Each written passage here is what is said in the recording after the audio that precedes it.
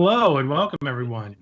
Thanks for joining us for another edition of Able Cine's Creative Forces series of interviews with filmmakers. Today, we're very lucky to be joined by a director and DP team. They've worked on at least a couple of projects together. Director Abraham Felix and of photography, cinematographer Shannon Palmer from Able here in Brooklyn. And we're also joined by our usually our today with our live stream presentation, Alex Kerr, who will be monitoring real-time chat as well as promoting the questions that you put in there up to be answered by our panelists today. So without further ado, I'd like to introduce our guests who will be speaking for the next 90 minutes, focusing on one of their recent projects in particular, but probably covering a wide range of different topics. Abraham Felix is a New Orleans director by way of editing print television. He works in narrative film, documentaries, commercials, and music videos. His work explores humanity and relational complexity with a thoughtful eye for detail. His debut narrative short film, Jane, which, similar to the project that we'll speak about in this session, was also photographed by our other guest, Shannon, premiered at the New Orleans Film Festival, screened at other festivals nationwide. He's also worked as a second unit director on a feature film called All Styles, and as well as documentaries and commercial projects. Some of his commercial clients include Spotify, Rakuten, the YWCA, Presonus, and many others. He's also a member of the fifth cohort of the Emerging Voices program through the New Orleans Film Society. Shannon Palmer is a New York-based cinematographer who uses vision to tell stories in a visually striking way. Originally from Baltimore, and continually by the human condition, strive to subtly create a sport between the audience. She worked on a variety of projects, including commercials, narrative, music videos, branded content, fashion films, and docs, and has worked on projects with many brands such as The Gap, Girl Scouts, Google, Planned Parenthood, Toyota, ESPN, and many others. Shannon is also a member of the International Collective of Female Photographers. Thank you so much for joining us. Welcome. Appreciate you taking the time to spend with us here today. Glad to be here. Hey, thanks for having us. You bet. Really excited to talk about eventually about your the most recent project. I take it that you two have worked on together, which is called Win by Two.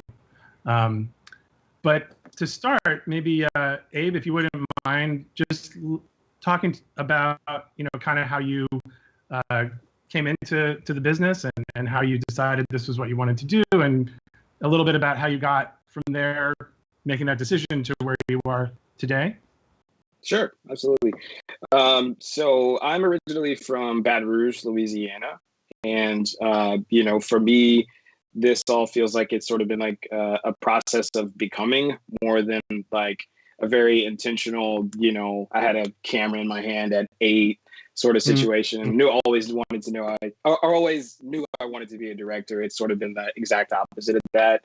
I think like most kids growing up in the 90s, I love movies, love storytelling, but the community I grew up in it wasn't like rife with opportunity, especially for, young Black kids. I didn't know what directing was. I didn't understand the craft of filmmaking. I didn't know anything about it.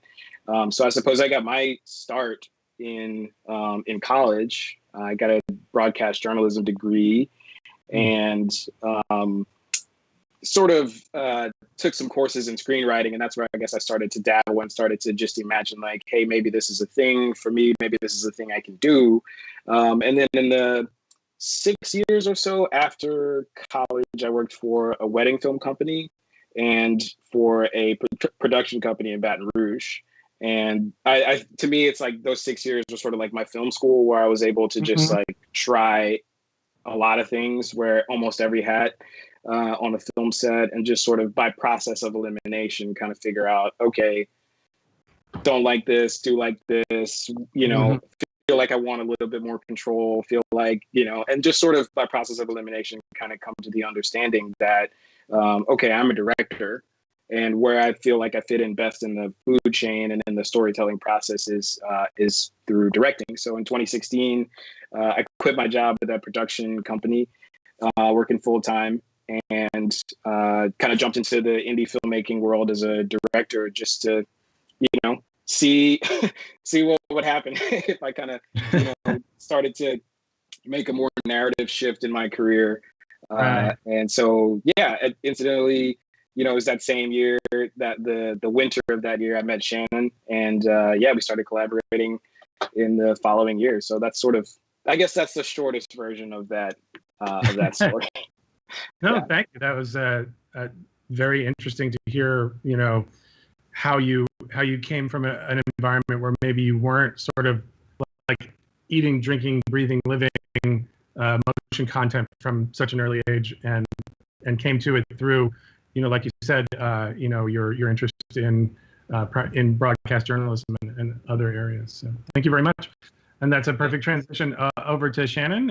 If we could, if you could let us in on, kind of your path as well, and go ahead, please. Sorry. Yeah, absolutely. I always wanted to be a filmmaker. I mean, first I just wanted to be a professional athlete, and then that was like not really the logical, I guess, situation I was going to end up in. So filmmaking was something that I loved ever since I was really young, and I went to just like my state school outside Baltimore and studied film, and it was really more of like a film history, film theory kind of program. So there wasn't a lot of practical hands-on knowledge, not a lot of lighting, not a lot of learning camera equipment, things like that. So in my senior year, I interned at a production company and ended up working in-house for about 4 or 5 years there, just to kind of learn everything from being a one-woman band. So producing, shooting, editing, and it was really nice to have that time to learn all of that different process of making branded content. But over the years, I felt pretty pigeonholed working just in-house for one specific brand.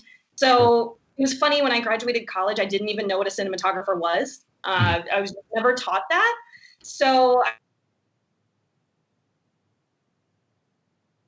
the film industry and kind of started to learn and tune into what I was more interested in. And I always gravitated towards the photography aspect. The lensing, the camera movement, the lighting was always what I was drawn to. And I was kind of like a natural at it. And so I started to, while I was still in-house, I would take some time off, and I would go crew on feature films. I would work on other people's sets. I would just work my way up the chain just to learn what all the different departments did. And then eventually was cam mopping on the side while still working in-house, and then kind of just decided to jump in the deep end and call myself a DP, and was really lucky that I just started getting hired for that. And it's been a pretty good trajectory from there. But a lot of it has been self-taught over the years. So it's just been like a really fun journey this whole time. But a lot of what I started out doing was in that documentary space and that branded content space. So I started doing short films, and that's kind of, we never really knew if we were going to collaborate. We met on a whim, and then just stayed in touch with each other and became really close friends, and have since collaborated a few times. But I don't even do tons of narrative work at the moment, and most of what I have done has been with him. And so it's been really fulfilling to have such a great friend as a collaborator. It's a good relationship that we have going. That's awesome. I think that is, such a great thing. When directors and DPs really, who are also friends, who have a relationship outside of the professional sphere, really connect and bond and create. I think they're, history of film is full of those kinds of relationships. So very cool. Thank you very much. Thank you both. So the project that you most recently worked on is also a short, I believe, called Win by Two.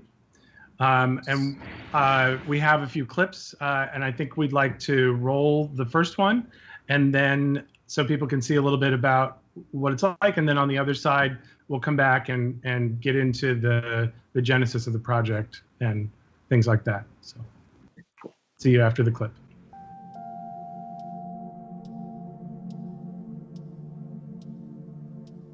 Now, it's real simple. Same thing every time.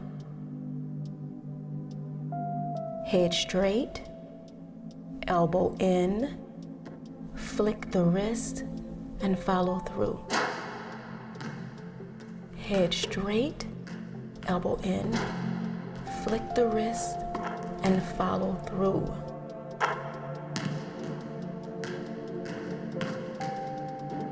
Head straight, elbow in, flick the wrist, and follow through.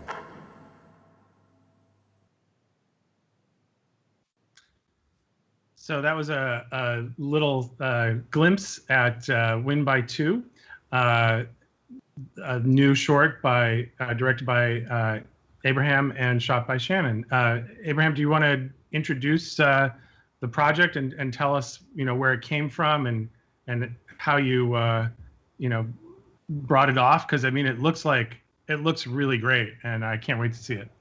Well, thank you. I appreciate that. So a little bit of backstory about this project. This was I think a project that I began in January of last year.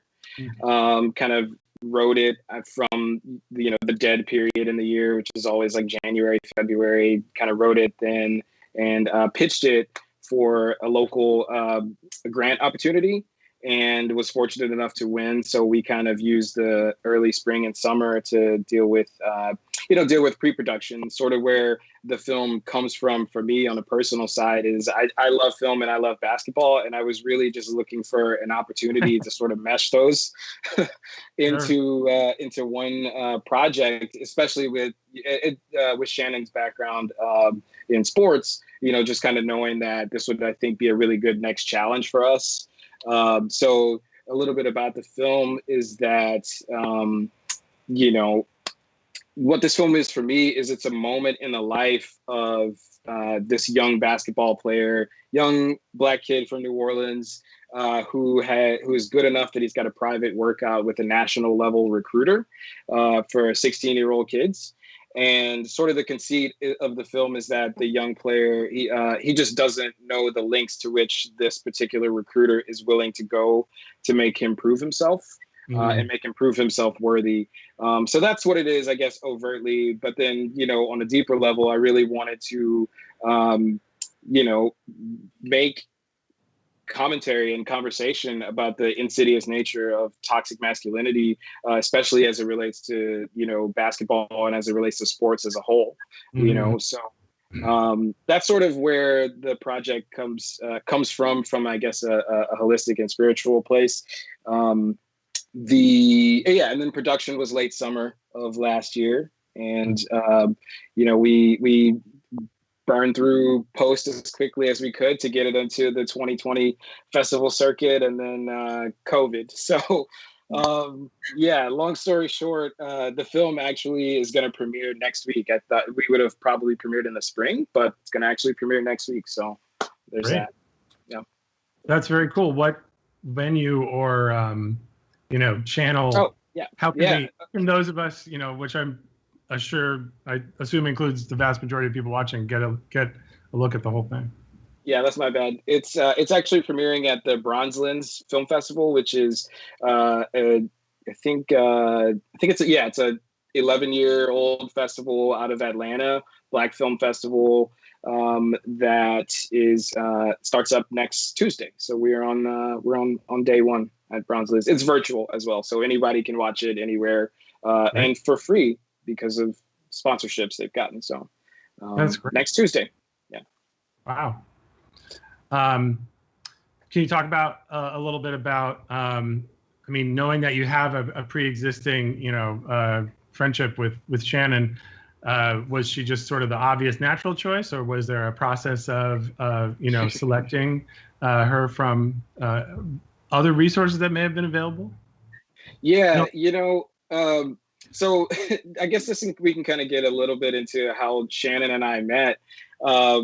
It was because that's, I think, where the actual answer to this question starts was at a film festival called Masters in Motion, which was in Austin. It was 2016, and Shannon and I just connected. We were, it's a great like technical festival conference that John and Christina put on. Like, there's a lot of really great creatives in the industry, established folks. It was a really good like learning experience. One of the things that Shannon and I both noticed though is that that conference was like 95% white dudes, like quite frankly, and that's not to say anything about white dudes, but Shannon and I just sort of like looking around, noticing, it's like, well, hey, we're different, and and so we just kind of, I think that was initially how we sort of met, and kind of kicked it off, and then just from there, just found out that we were more interested in talking about just life. And, film references, and just kind of really organically built a friendship up. And we just so happened to sort of like, I think on a whim, make a pact that like, yeah, we're going to make a couple movies together. So like, buckle up. And so, yeah, she was my first choice to DP this. Shannon's been incredibly generous with her time and sacrificing time and money, to come in and shoot these, because we both are, emerging and aspiring narrative filmmakers. So, it just was a natural connection that we would work together, especially since, I really dug her work. So that's it. That's the answer. Great. Thank you. And so, Shannon, how was it were you involved, with, like, at what point did you come on to the project, I guess is what I'm trying to ask. Yeah. Well, also to answer that question of like, did he think of anyone else to shoot it? Like, I'm not one of those DPs that is like, I want the director to only work with me. Like, I'm the only one they're allowed to collaborate with. I'm not like that. I'm not that self-obsessed. Sure. But I will say on this one, I was like, if he thought of someone else, I would have been because, we've been talking about sports from day one. I mean, that's like, we both have such a love for that. And so much of our background is in that world. And that's just something that I've always gravitated towards, even in a filmmaking sense. It's like the beauty of being able to physically represent these emotions or a moment in someone's life. And I'm obsessed with like coming of age movies. That's like the genre that I'm most fascinated with. So he sent me the initial script. I believe it was probably early spring. We were just kind of going back and forth about it for a few months, and it kind of reshaped, and, because of like budget and feasibility and time and talent, the script went through a couple changes, but it just continued to get better and better. And I was more and more excited about it.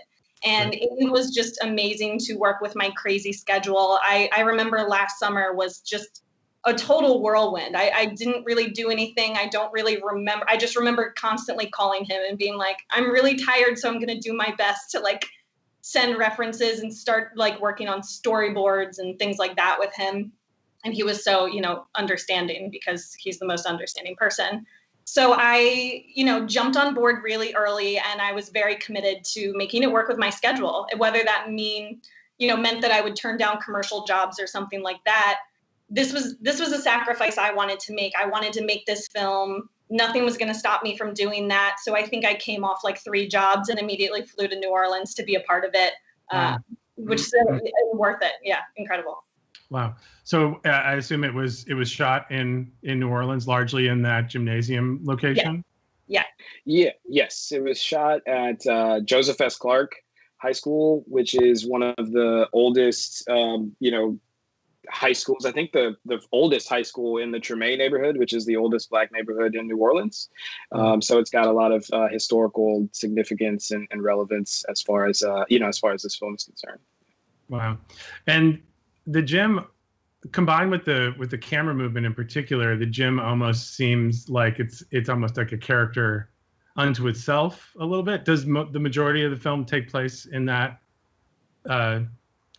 scenario.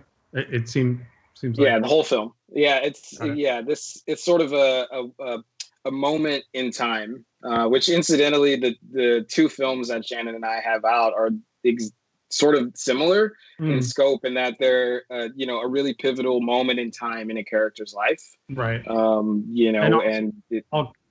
Jane was also, you could call it a coming of age story, I would think. Yeah, to a degree. Jane was an older.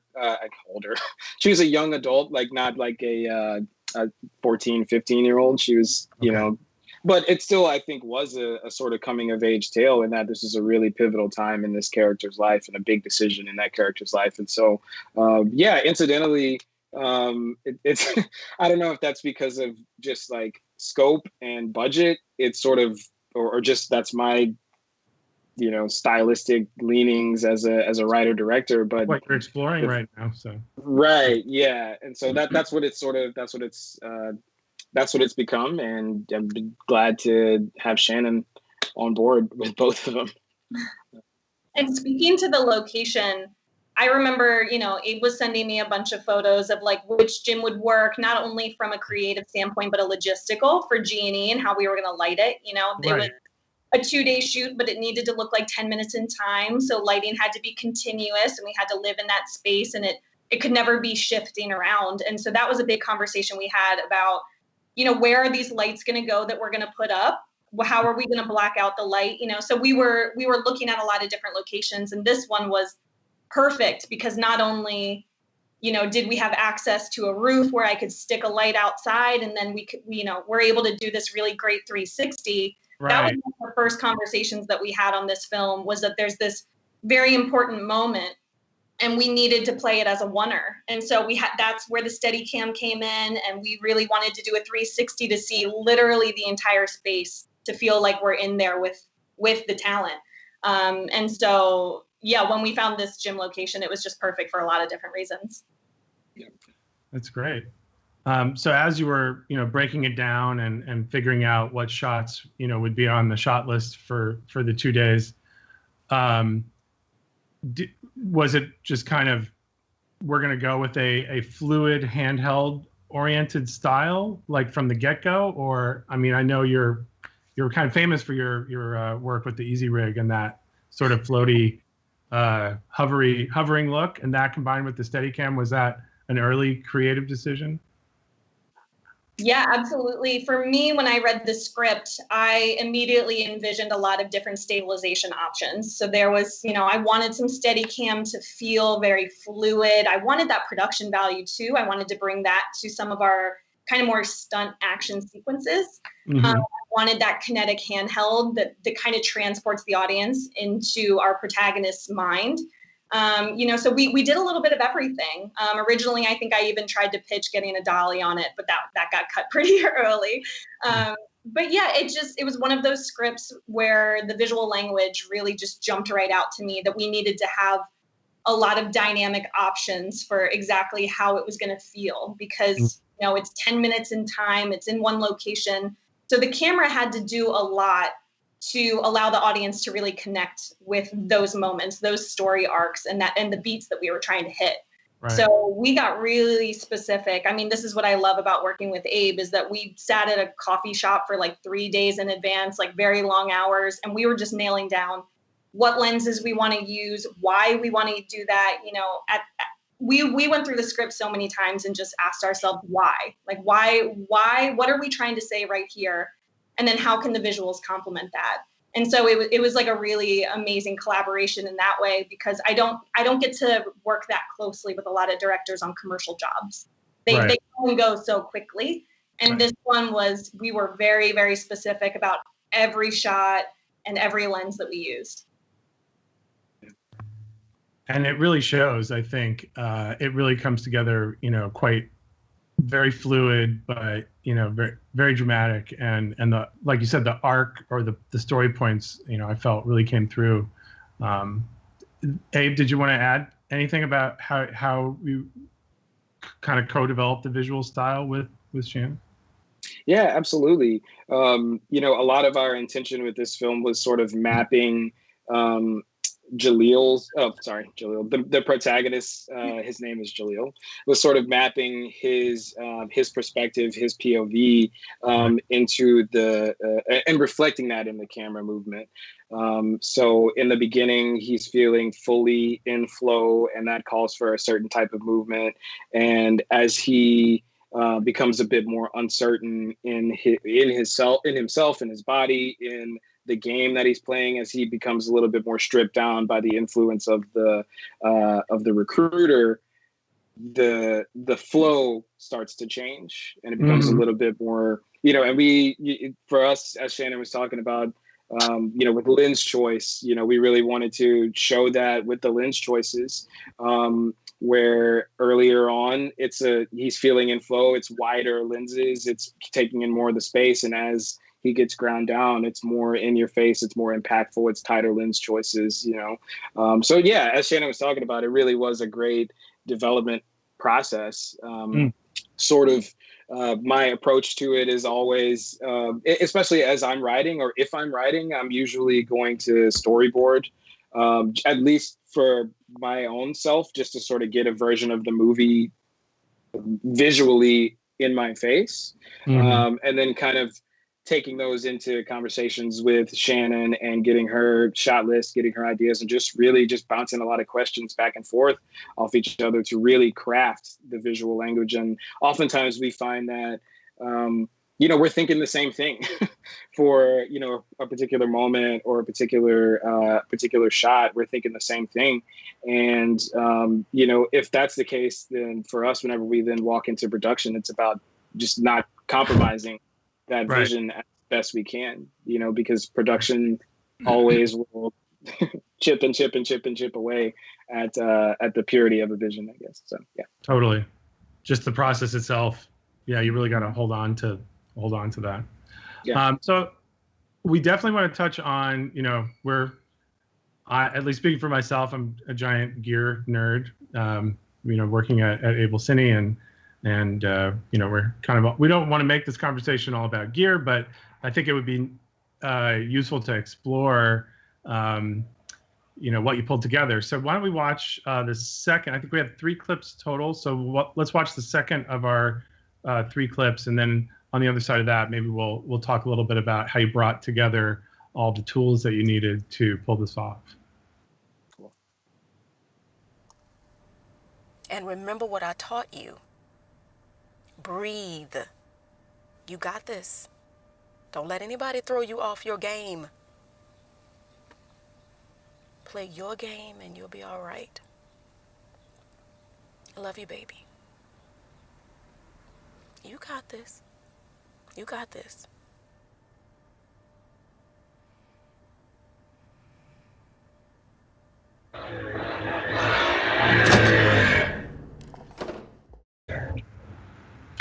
Very cool.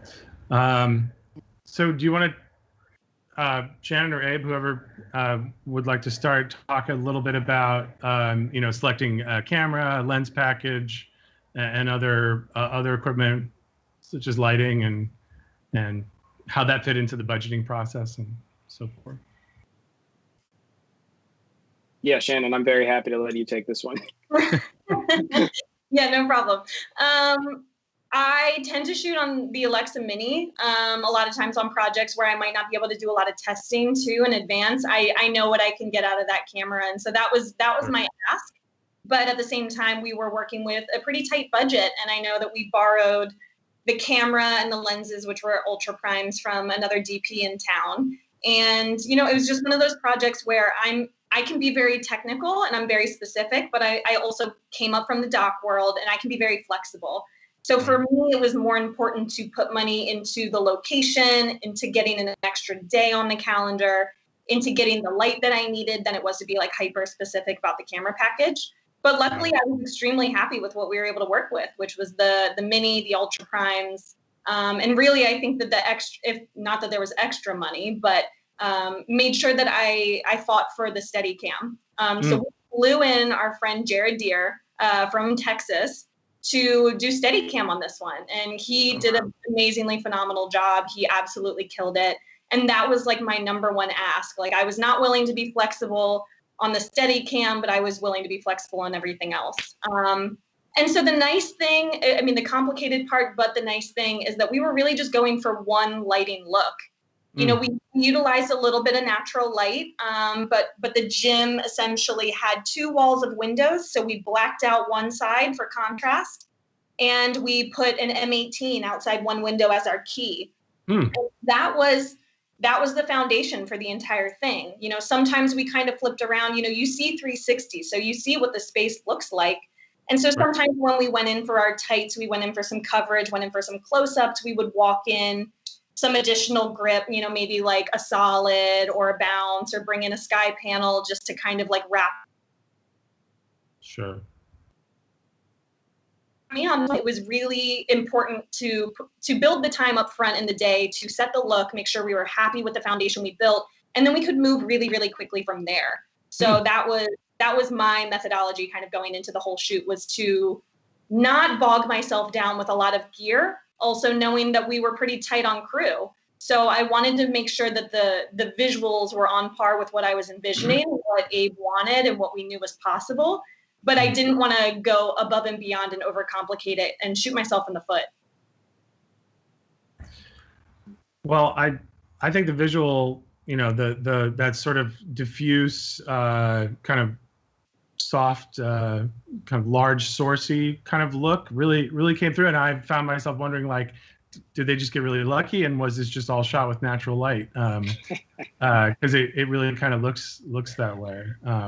So we got insanely lucky. I just want to like pop in and say, like, we got insanely lucky. It was the rainiest summer possible.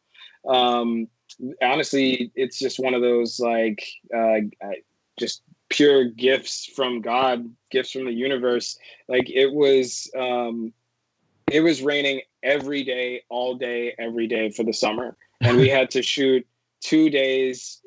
2 straight days, and we needed the sun to give us that punch, or else this was going to be the most, like, depressing basketball movie of all time, and also it would have ruined the audio. And, you know, the 2 days in the middle of the summer, in the midst of, like, raining every day, we got the 2 sunniest, most beautiful days. Almost like, I don't know, it was almost like it was meant to be. So I just wanted to, yes, we were incredibly lucky. so cool. Yeah, It's such a rare thing too to end up being lucky with the weather. I feel like I'm more often lucky with the weather on shoots, so this one really kind of worked to our advantage, and we really leaned into it. I mean, that scene that you see where there's like multiple beams of light, right, that was not us. We did not have the money for that many fixtures that are that big and that far away. They're like 3 18Ks outside the building, like that was the ongoing joke. Yeah, absolutely. Like, we did not have 3 18Ks on condors far away. We had one in between and one fixture on the ground inside, and that was it. So when we were in the space, we saw that this beautiful light was happening, and we hauled ass and we got it done, and we got that shot, and it's stunning. It's beautiful. And I think that's something I always lean into, is I plan and I plan and I plan. I like over plan and I over communicate. So then that way, when I'm on set and I see something like that, or a half, you've done your homework, and so because everyone's on the same page, we're all right. language. Nice. So it was the Alexa Mini and a set of Ultra Primes. What, as far as, because I think the film has a really beautiful, very film-like, you know, celluloid-like, analog kind of look and feel to it, some texture. Were you setting the look in advance? Did you have time for any testing, or I know I'm pretty sure that Abe, you also ended up doing the color for this. I did. For your project. Were you working with a lookup table, or did you have a look in mind, or how was the look kind of managed while you were shooting? I can jump in and just say that I remember we didn't have time to test. That was not an option for us, but I did have a few different LUTs that I loaded into camera that were our looks that I achieved on set. But funny enough, I mean, so that got me to a good point where I was really happy with the consistency of the exposure and the contrast. but where the color actually landed, which Abe did do beautifully, it looks like it was probably a simple color grade, but it absolutely was not. Light was bouncing everywhere. The red bleachers were probably a nightmare for him. So he did great. But it's funny because the color palette that I went into the shoot aiming for and kind of getting in camera was not actually the palette that we ended up with. I was thinking it was a much cooler, a little bit more of a dramatic palette. And then where we ended up, I think, is stunning and beautiful, and looks great. But it's a little bit more in that warm color palette with a real focus on skin tones. And so I was happy with where we landed, and I was happy that I didn't like really overcommit to a looking camera. So I tend to load LUTs into the camera, just a few different ones, and then kind of test as we're prepping and maybe doing rehearsals. That's really interesting. I think a lot of people don't necessarily realize the extent to which, bringing a few key sort of preset looks and having the ability to, not necessarily have to involve a DIT to do live on-set color that, more and more, I think cameras are accommodating custom lookup table loaded in, even cameras that, historically didn't do it for a long time. So did you use any atmosphere or hazing? Oh yeah. There was a lot of haze happening in that space. It was pretty much just constantly going. Right. It doesn't necessarily call attention to itself, but it does kind of give you a sense of depth and sort of volume of the space as well. Maybe actually it turns out that we have 4 clips, so we're extra lucky with that. So why don't we take a look at the next clip, which I guess would be now the 3rd of 4, and then come back and see what else that kind of sparks, and also check to see if we have any questions coming in.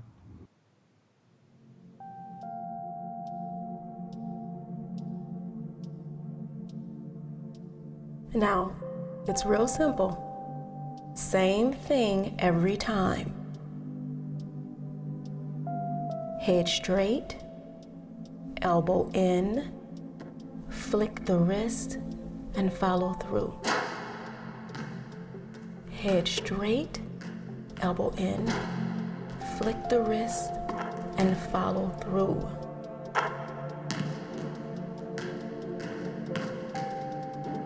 Head straight, elbow in, flick the wrist, and follow through.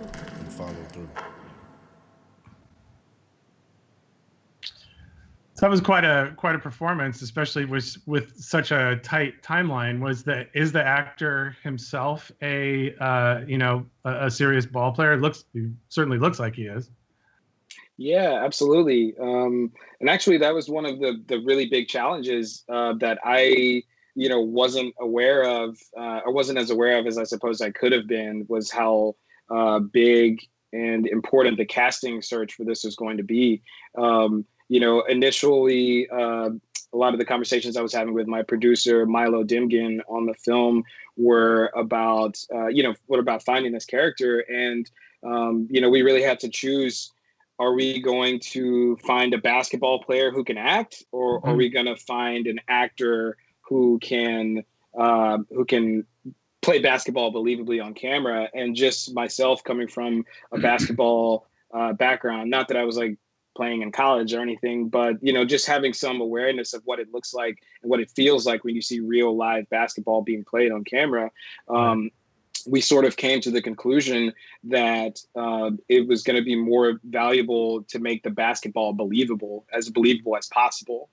So it didn't feel like, a lot of the films that you see come out of Hollywood, quite frankly, sometimes where they've casted great actors, but they're having to cut and stitch the actual gameplay together from shot to shot. So you see a shot go up and then you cut to a shot going in, or a made bucket, or an audience reaction, or something like that. And since we really wanted to be stripped down, naturalistic, we sort of went with let's find a basketball player who can act. And luckily, the organization from which the grant opportunity came to make this film in the first place had this kid, Bobby Williams, as a part of this, as a part of the organization. And he's an up and coming local actor as well as a basketball player for the high school he goes to out here. And so that was that. Wow. we really just, we got lucky. He's like a 1 in a million player, especially for a city the size of New Orleans that doesn't have, you know, the casting pool that Atlanta, LA, New York has. So Right. we really, you know, we were really blessed with that. And then, you know, the other basketball player in this film is Tyrese Johnson, who is he's actually a two-sport star, and he's going to play football at the University of Arizona wow. come this fall. So yeah, that was really what was important to us, was to find people who could play basketball for real, because that also then allowed us to move faster as far as production was concerned. Because at a certain level, if you got two people who know how to play, you just throw the ball and say, "Hey Right. guys, go play," you know. So, And you don't have to probably shoot nearly as much coverage. You know, if you have someone who can like make free throws, or maybe he was even at like, you know, the top of the key or at the 3 line in the wide, you know, one after the other. It's very lucky, but also, you know, I think a testament to the creative, you know, approach that you took. And it does all seem very real. Especially, I like the part, I don't know if it's been in the clip, but when the recruiter says to Jaleel, you know, he's quoting him what his future height is going to be. mm-hmm. And it's almost like, you know, I know you like from top to bottom. I know exactly what your ultimate potential is. And I can't how intimidating that would be for that character, you know, on the page to hear that, you know. Sure. Yeah, it's a real life scenario that happens, you know, all the time, especially with kids coming up playing a sport. Is, you know, the adults around you look at your potentiality and where you may potentially go as a way to both encourage you, but also as a way to sort of size you up and sort of figure out how you fit, you know, with wherever they're going. And yeah, that's we wanted the authenticity of the real world situation, the mostly real world situation, right. to come across here. That's a big reason why I worked with Shannon on this, is, you know, her experience in doc and sports, and you know, ability to sort of turn that all into something beautiful for narrative is why it made sense. You know? Right. Well, I think it really comes across. And then when the recruiter character is introduced, he's treated, I think, kind of just from very subtle visual choices off the mark, you can tell that what's kind of coming out of his mouth may sound supportive and you know, enriching potentially, but there's something a little bit sinister going on under this surface. It certainly seemed like to me. And so I was wondering what particular like focal lengths or other, you know, camera or visual oriented choices were made. Like you said, maybe when you were in that coffee shop breaking it down, like, how are we going to treat this character? Yeah, a lot of our choices for that was kind of going under his eye line. So making him seem bigger and a little bit more intimidating, anything like super low to really call attention to itself. But we always wanted to be just slightly below his eye line to make him this like big character, a little bit more intimidating. And so, you know, when he enters, we have this like smooth steady cam shot that's really just in his face. He looks very, you know, no nonsense. And as the film progresses too, we really played with going super wide, but really close, like getting really close with a wide angle lens to really just feel that intense language rules that we set well in advance and we stuck to, was always stay just a little bit below his eye line. Yeah, it sure comes across. I may have unfortunately sort of buried the reveal of this character, because I don't think we've seen it in clips yet. But why don't we watch clip number 3, which I think we will see him come into the project, into the world of the film. Sorry, that was a little short notice on the clip. Here we go.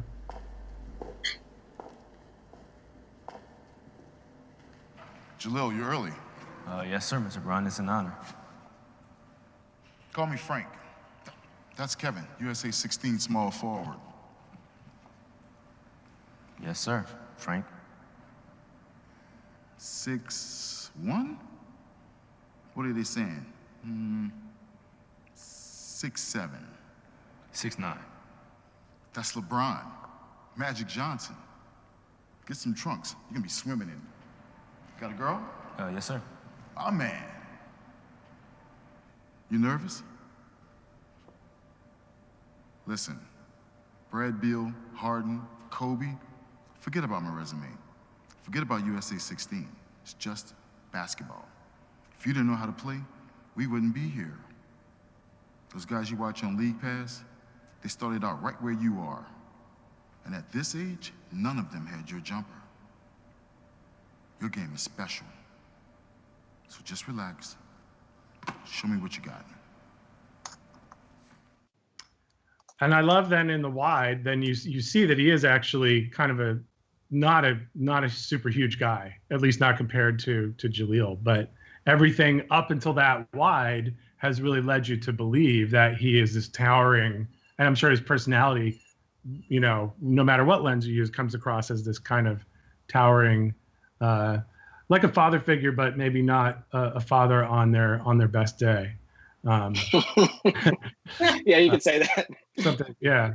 So I know we had a question or multiple questions come in through the chat regarding, you mentioned the working with an organization and getting a grant written and receiving a grant to fund part of the film. Can you talk about that process and your experience with grants in general? Maybe both of you, if you've both been involved. Yeah, absolutely. So I'll say that from a overall standpoint, grants are not, as a narrative filmmaker, and coming from a writer director standpoint and coming from just a very, I'm going to do it myself sort of mentality. I haven't sought out a whole lot of grants, but this particular opportunity was put in front of me through the New Orleans Film Society. And through Clint Bowie from the New Orleans Film Society, that there is a partner organization called the Cool Cooperative, which works with the New Orleans Film Society, and so they have an annual directors program for local New Orleans-based writer directors who are seeking to make another short film. And sort of the way this particular grant opportunity works is if you win the grant, then the Cool Cooperative kids come on set, hang out, get some experience in the real world. And, for us, it worked out so well that one of the Cool Cooperative kids was the lead in our movie. Right. And so this is a very specific, I guess, niche grant. And that I think they gave us $5K. Yeah, I think it was $5K. And, that was half the money we needed, and we then we raised the other half privately. So it was a great opportunity to sort of get experience for the kids, as well as get that starter funding to really put the ball in motion. So and that's I guess that's sort of the story behind that particular grant. I can honestly say I am horrible at grant writing. It is not a thing. It's not a thing I try to hunt down. But there are some really great grant opportunities out there available. Where they are, I don't know. That's a whole part of the discipline of filmmaking in of itself is staying on top of all that, And yeah. I know I definitely am woefully ignorant of where the free money might be.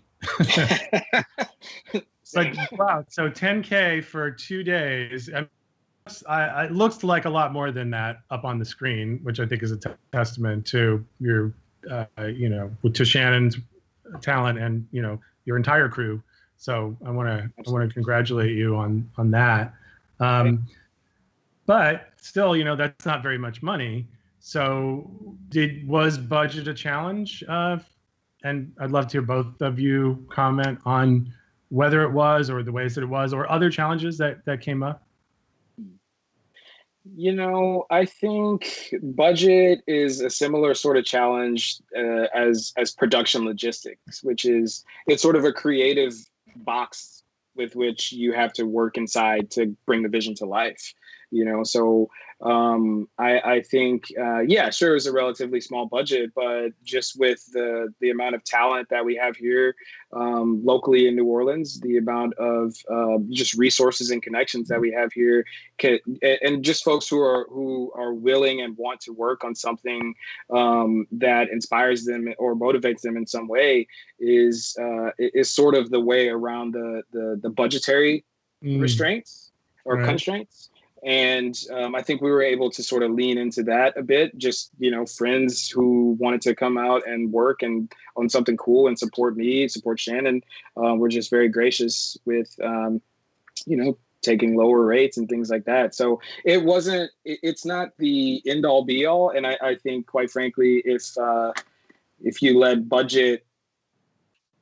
getting the right size budget stop you from making a movie every time, then you'll just never make a movie. So yeah, that's kind of our thinking on it. Yeah, I think it's really important when you're dealing with budget constraints to think about the feasibility first. So I think when you've been shooting long enough or even starting out, like, don't reference movies that are, multi-million-dollar budgets. Don't try to have a million scenes with a bunch of company moves and a lot of different locations. Like, just simplify and simplify and simplify. Like, always lean into what you have going for you and don't let budget hold you back. I mean, it's really easy to say that. Of course, there's like a bottom line of, we need a camera, we need some equipment. Like, I'm not going to shoot on an iPhone personally. So there's things that are kind of like the rules that I have in place, but I personally am extremely flexible.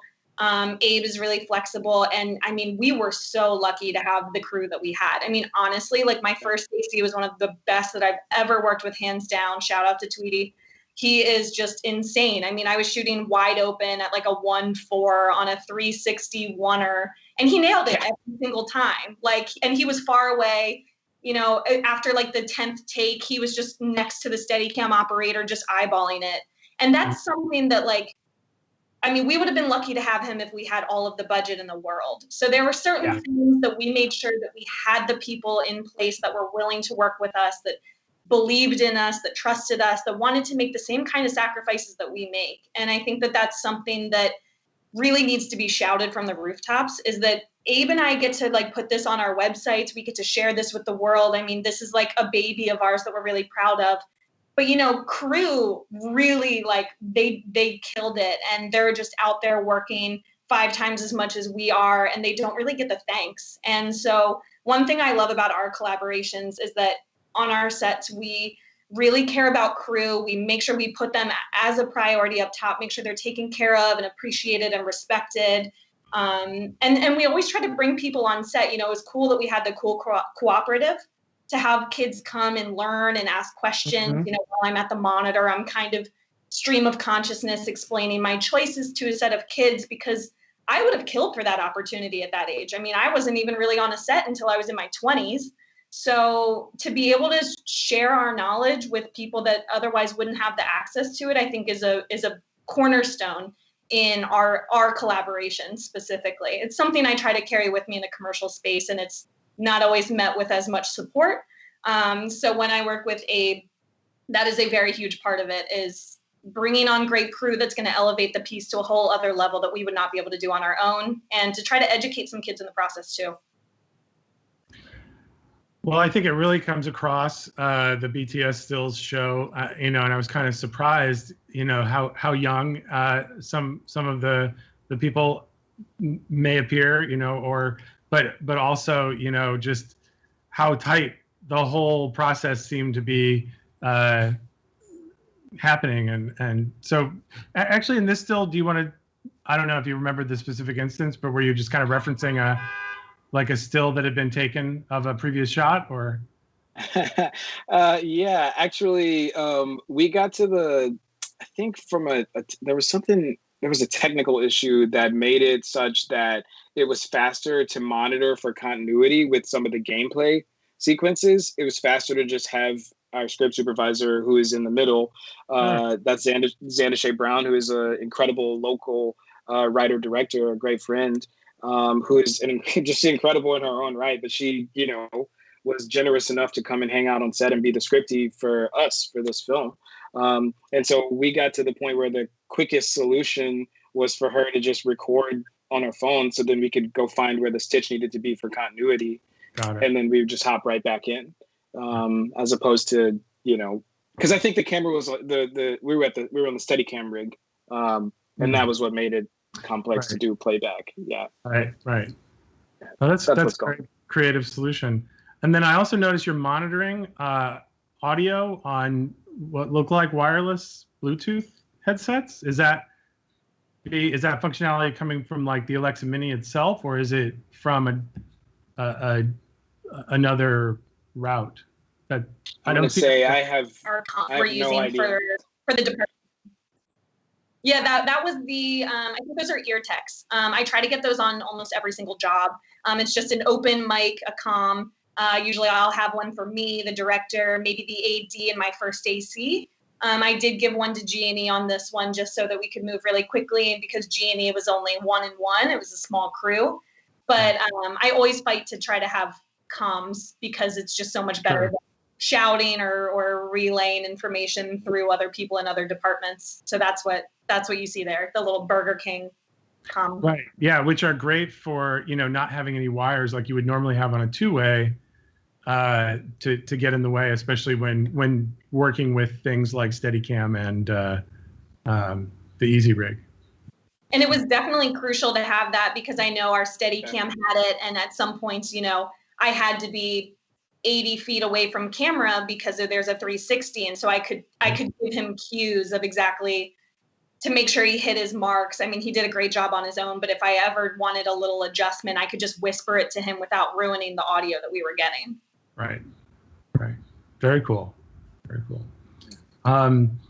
Any other challenges? I mean, you sounds like a lot came together and made it a really successful shoot, including the weather, which often doesn't cooperate. But were there, or let's say, have there been since the actual principal of photography any challenges with bringing this, this very beautifully shot and emotionally resonant story to an audience?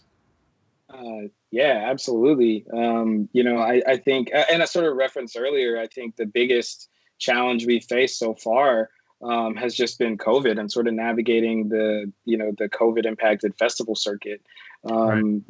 This film that we, put so much time and energy and love into, so much effort into is just been sitting on the shelf for the months that we've been, under stay-at-home orders nationally.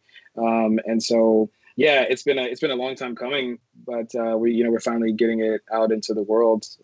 We would have been out in the spring. The film would have been seen in the spring, and this would be a different conversation potentially if we were having it. So, that I will say navigating that and sort of watching, just underground, just kind of seeing the way the festival circuit and the way festivals in general, the way filmmaking in general is sort of being changed by COVID has been, destabilizing and uncertain to a degree. And so there really is just a lot of still wait and see energy around the whole process, but we're coming out of it, I guess. Jeff was just asking what other challenges might have happened in production or even pre-production. We got one little bit fun question from the audience here, which is regarding the pre-production process, primarily, I would assume, which you talked about a little bit already, how much you had a dialogue, how much you planned. Did you guys ever come to a crossroads where you had a difference of opinion, especially creatively? And how did you come to about resolving that? Did we?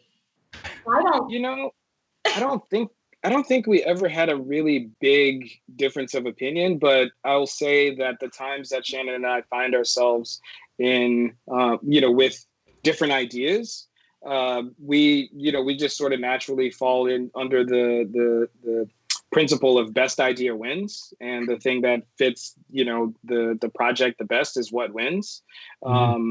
Sometimes it's something I thought up, sometimes it's something she thought up, but it's all in order to serve the project. I can't remember there being any really big differences, because that's one of the reasons why Shannon and I work well together, is that we're fairly aligned as far as our thinking and our filmmaking process. So. Yeah, I remember just doing tons of prep in terms of even before I landed in New Orleans, you know, I was sending reference images. We were talking about the tone and the music and just the pacing and all of these things to make sure that we were on the same page about what the intentionality of every single moment in the script was about. So maybe in the beginning, we might have had different ideas about how to achieve that, but we made sure we talked all of that through well in advance and gave ourselves, I call it like a Bible of rules of what our visual language was in terms of the focal lengths and the camera movement and the stability and the lighting and all of those things. So I don't think we ever disagreed. And I feel like, Abe, you told me a story that I don't even remember happening on set about how we were like losing our light and we had to go really quickly. And you said, can we just go handheld? And I said, no. No, like, this is the rule we set in place. Like, I'm telling you no, like, this is what's happening. I don't remember doing that, but you told me about that afterwards. So maybe that was the only disagreement, but I don't even think that was a disagreement. I think that was just me saying, like, I know you're thinking of all of these other things that you need to be thinking about, and I'm the one driving this ship right now. So, like, buckle up.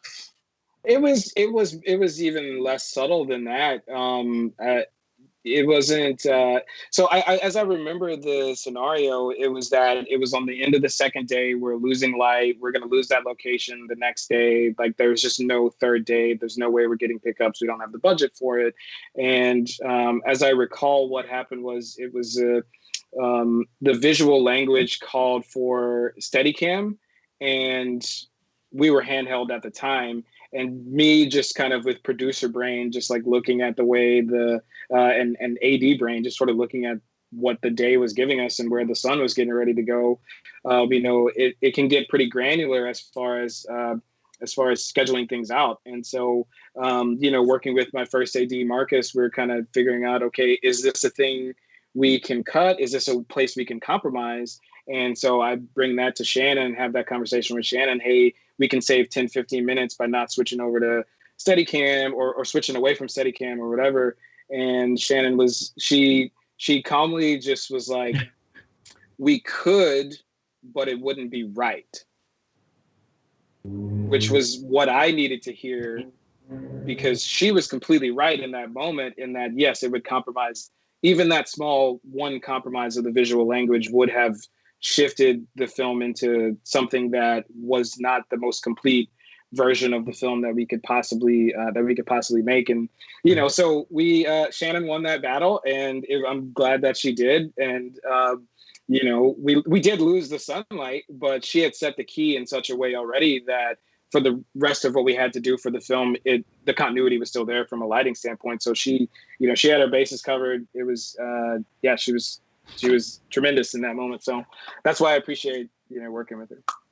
Yeah. And I think that that's something that I just want to double down on, because it happens a lot where I won't win that moment, or I don't even try to win that moment because it just might not be worth the battle.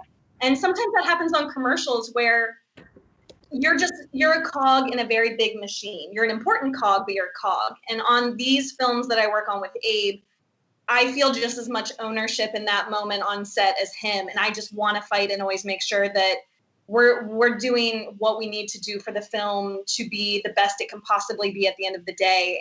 And no one ever hears me quite like Abe hears me. And I know that I can just say my thoughts without maybe sugarcoating them or putting a bow on it. Because we have such a good friendship and relationship that we know each other so well that I don't have to even think about how to word something like that. Like, we're just on the same page. I think that might be our biggest disagreement, which is it's really a disagreement. Which is great. I mean, I think for those watching, and I've been around lots of directors and lots of DPs and lots who work together. I think that this the dimensions of the relationship that you guys have kind of described is really could be like a template for like a pretty ideal director DP teaming that, you know, is bearing fruit in the obviously in the end product, but also in the creative process. So I congratulate you both on that, having found that. It's not It's like any other relationship. It's not necessarily just hanging from a tree, walking down the street. Um, Speaking about kind of the current situation and the challenges being presented, Shannon, you're actually back at work. You're up in Boston, is it? Shooting? Yeah, I am up in Boston right now. From the shout out to Windy Films. I'm in their office right now. We're in the middle Say hi of. to Harvey for me. Yeah, I will. They all say hi to you guys. This is my first job back in 5 months. I wrapped a job in the beginning of March, right when things got really crazy. I was supposed to be in Germany, and then all of a sudden the shoot got moved to New York, and I haven't worked since then. And to be honest, I wasn't really interested in taking most jobs, one from a safety standpoint, but Right. also I think that it was really important to lean into this downtime that was forced upon us. I tried to embrace it as much as I could. And I really wanted to allow myself to take this time to just breathe a little bit. You know, this industry really champions people working nonstop, and bragging about it on social media, and then on to the next one, especially as a DP. You know, if you're on set and people are already asking you about the next 3 gigs.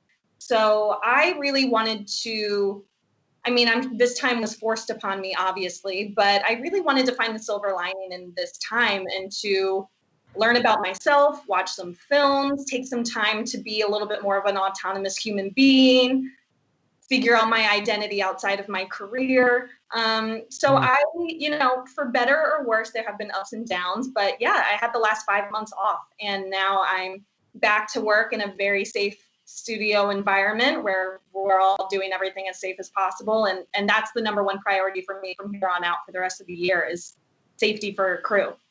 Absolutely. Abe, similar to what Shannon was talking about, how have you, sort of kept creative, kept busy? What's it been like for you in the roles that you typically are in? Director, post, colorist, all these different things that you do. Sure. I'll say this moment has been kind of really clarifying for me as just as a director, as a filmmaker, in that it's sort of, well, I think when you're forced to be alone, when you're forced to just sort of confront yourself, when there's no more distractions, you're just alone. It's sort of easy to slip into, for me, it's sort of easy to slip into introspection and, reading things that sort of develop, where I'm trying to, potentially get with my career and, just sort of question and ask myself, am I still enjoying this? Do I feel like I'm, aligning with my purpose of being here on this planet? And, so this moment for me has been, I think it's been clarifying. It's given me the ability to, without distractions, start a meditative practice, a daily meditative practice. Start with journaling through, morning pages, these are things that are mentioned in Julia Cameron's really great book, The Artist's Way, that I highly recommend to anyone who's, doing a bit of soul searching in this moment. Is that it's a really great and clarifying way to sort of regain perspective and to reconnect with your inner artist and your inner creative. And so for me, this time has been, when I say it's been clarifying, in that I think I sort of approach the industry and my path through the industry with looking for sustainability. And I know that some of the things that Shannon and I have even talked about earlier on when we met was, finding a way to sort of sustain through commercials. And, for someone like myself who's from a smaller production hub, New Orleans, and not as closely connected to the industry proper with commercials and opportunities in that way as LA, New York. Even there are still some here, but I'm unrepped. I don't have a manager. I don't have Vimeo staff picks, and so it's been sort of an intentionally like building from the ground up process, but always having a focus on narrative filmmaking as the goal and feature filmmaking as a goal. So what this moment has done for me is just sort of clarified that, if I want to be a narrative film director, that's what I need to be doing. And so I've been able to fortunately find a balance between the news and just kind of keeping track of what's going on in the world and how it's changing everything, but at the same time still finding ways to develop projects and be creative. And I was to that end, I was fortunate to direct another narrative short, this time without Shannon because she couldn't travel because of the lockdown. But I've just directed another narrative short that we wrap post on next week and should be out in the world by the end of the month. So it's kind of insane to find a silver lining in an opportunity like that. But thanks to some good friends and good opportunities, it's out there. And for me, I guess it's sort of been proof that clarifying and figuring out what you want to be doing will prepare you for the moment, will prepare you for the opportunity whenever it does come your way. So, yeah. Wow. Well, that's great. Congratulations, though. That's brilliant. I think you may be one of the only directors that I've come in contact with who has managed to get a whole short made during this time. We have one more clip. Sorry. We have one more clip, which I want to make sure we get to, and then we'll take some questions.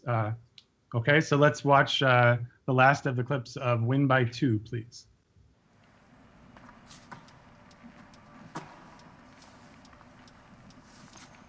St. Mary's, right? Nah, St. Aug. Oh, y'all boys, nice. This is a simple assessment. Play to 5. 1s and 2s. Make them, take them. Win by 2.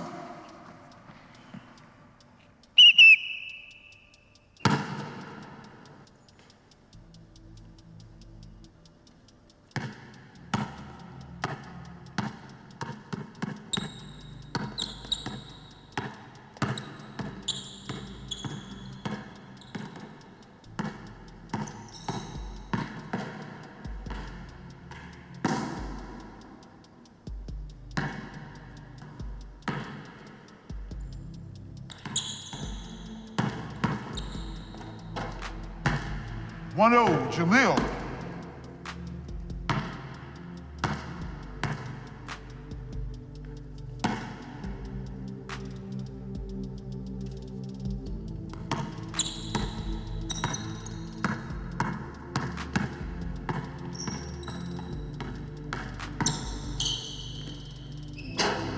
That's all day. 3-0. He's a natural.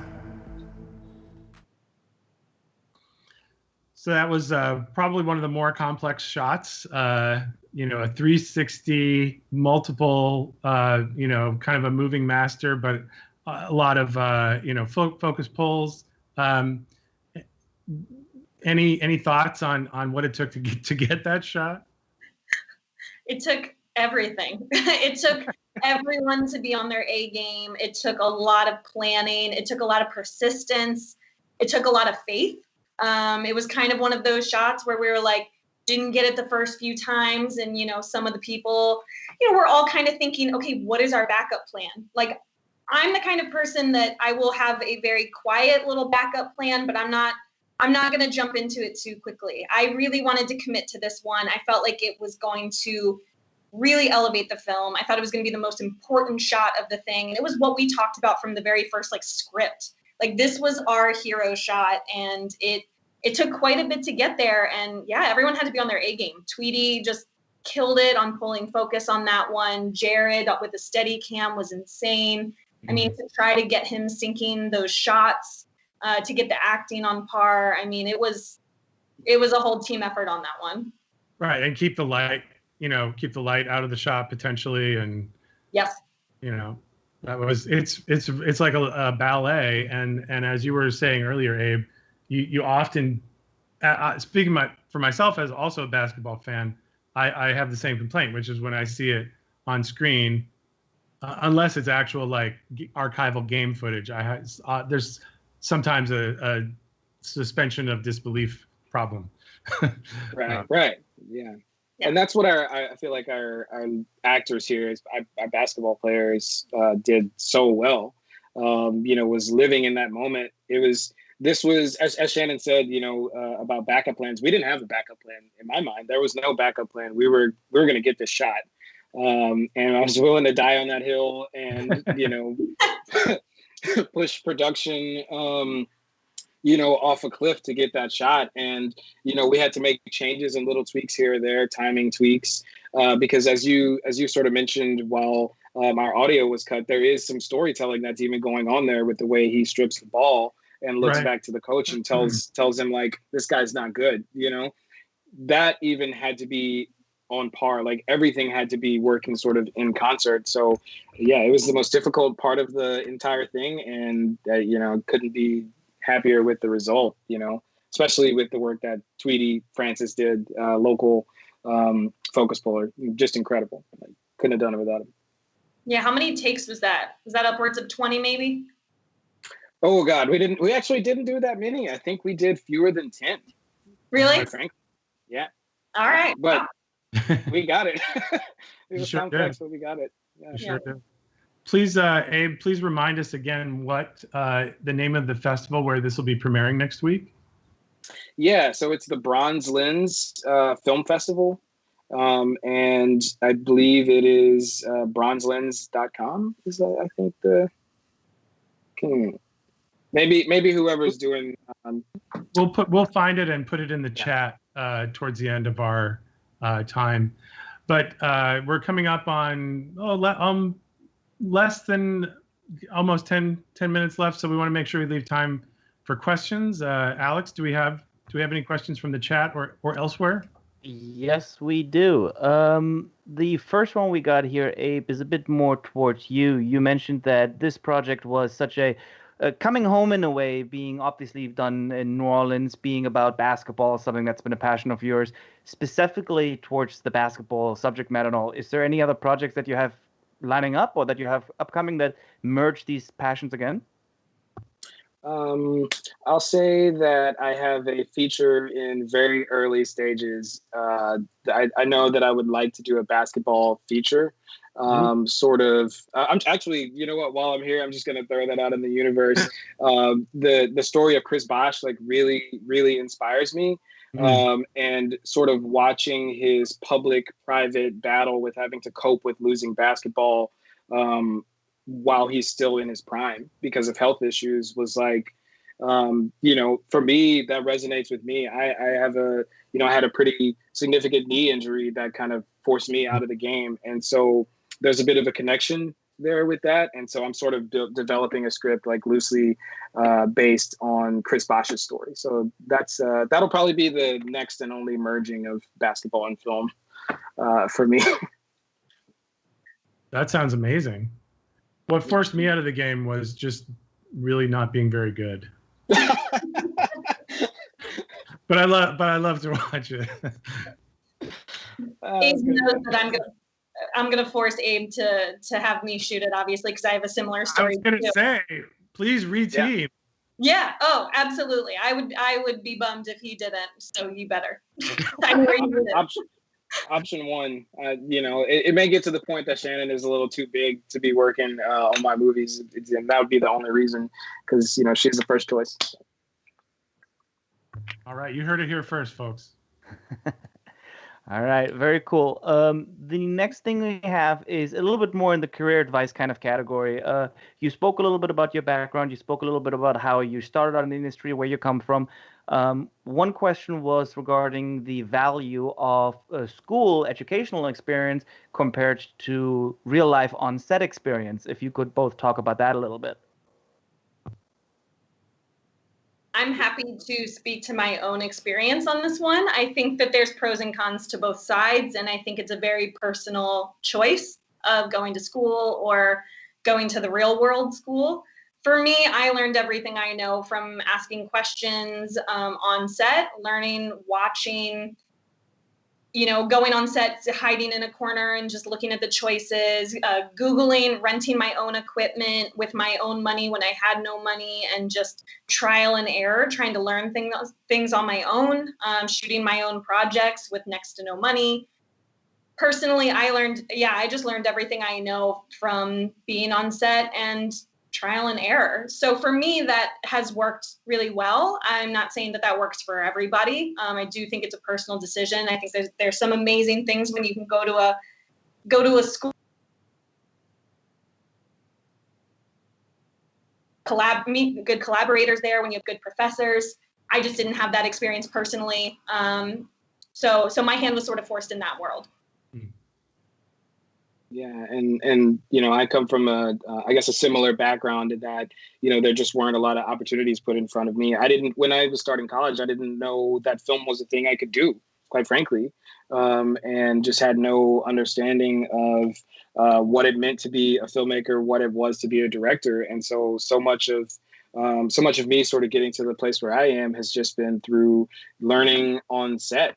And yeah, obviously there's some great benefits to going to a film school, and sort of getting that the technical training and the reps, but also like really building a network of folks who I think would be your classmates and folks who are laterally building around you at the same pace.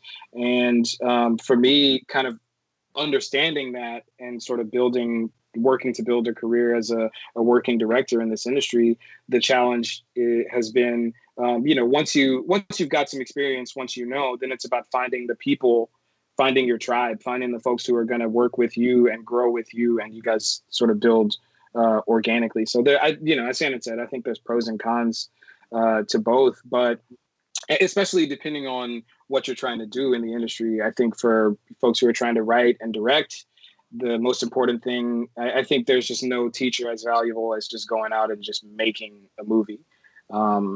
That's been the best teacher I've had. So just go make a movie, make it bad, make a bunch of them, and fail a lot, and sort of learn from the mistakes. I will say, I also think it's really important to spend that time on set, working your way up the ranks and learning and respecting every single job position. Because I think that there's a lot you can learn in film school, and there's a lot you can learn by making your own films and trying to level up.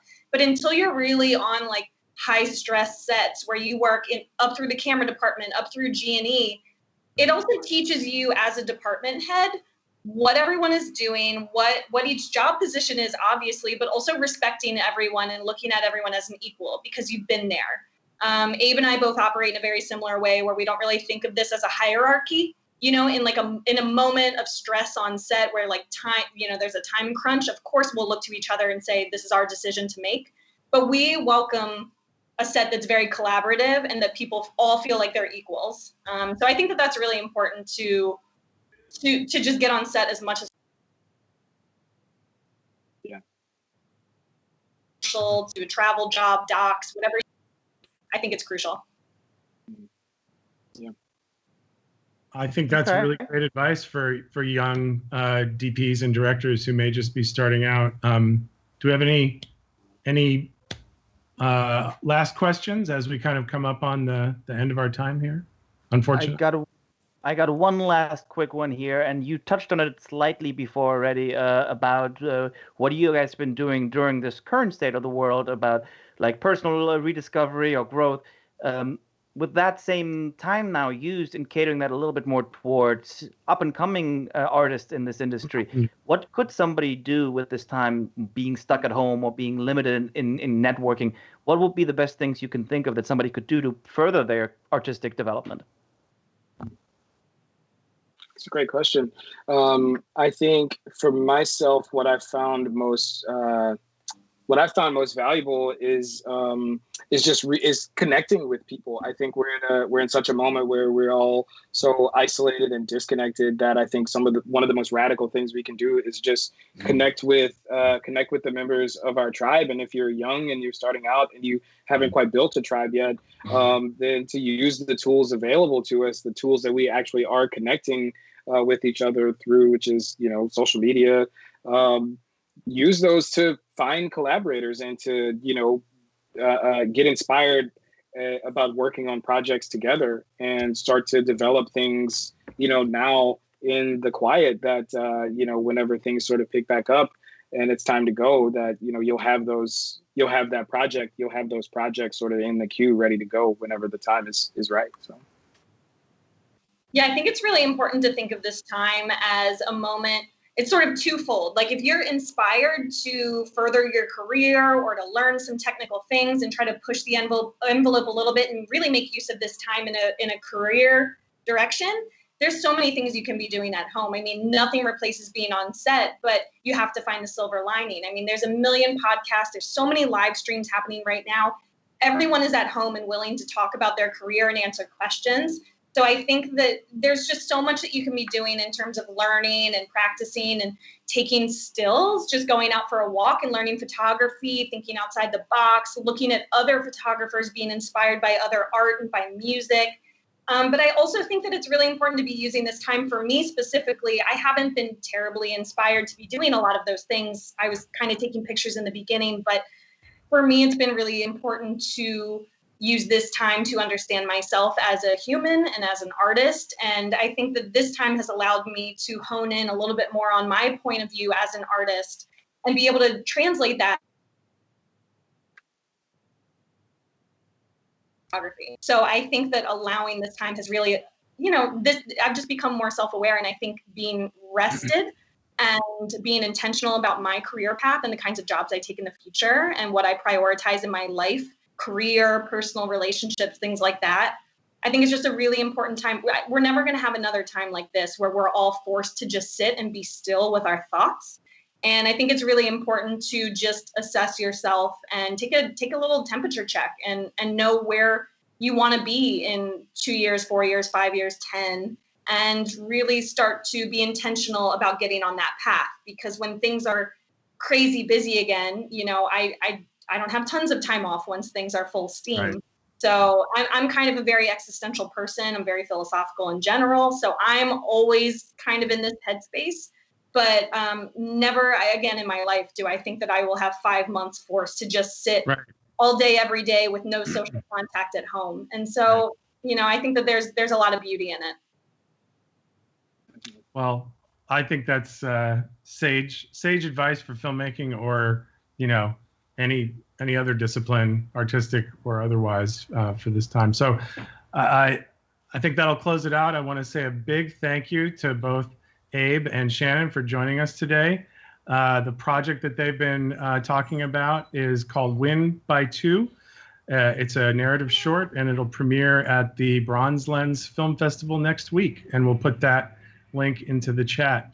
Thank you both so very much. Once again, really appreciate your time and the insights that you've offered. It was a real pleasure.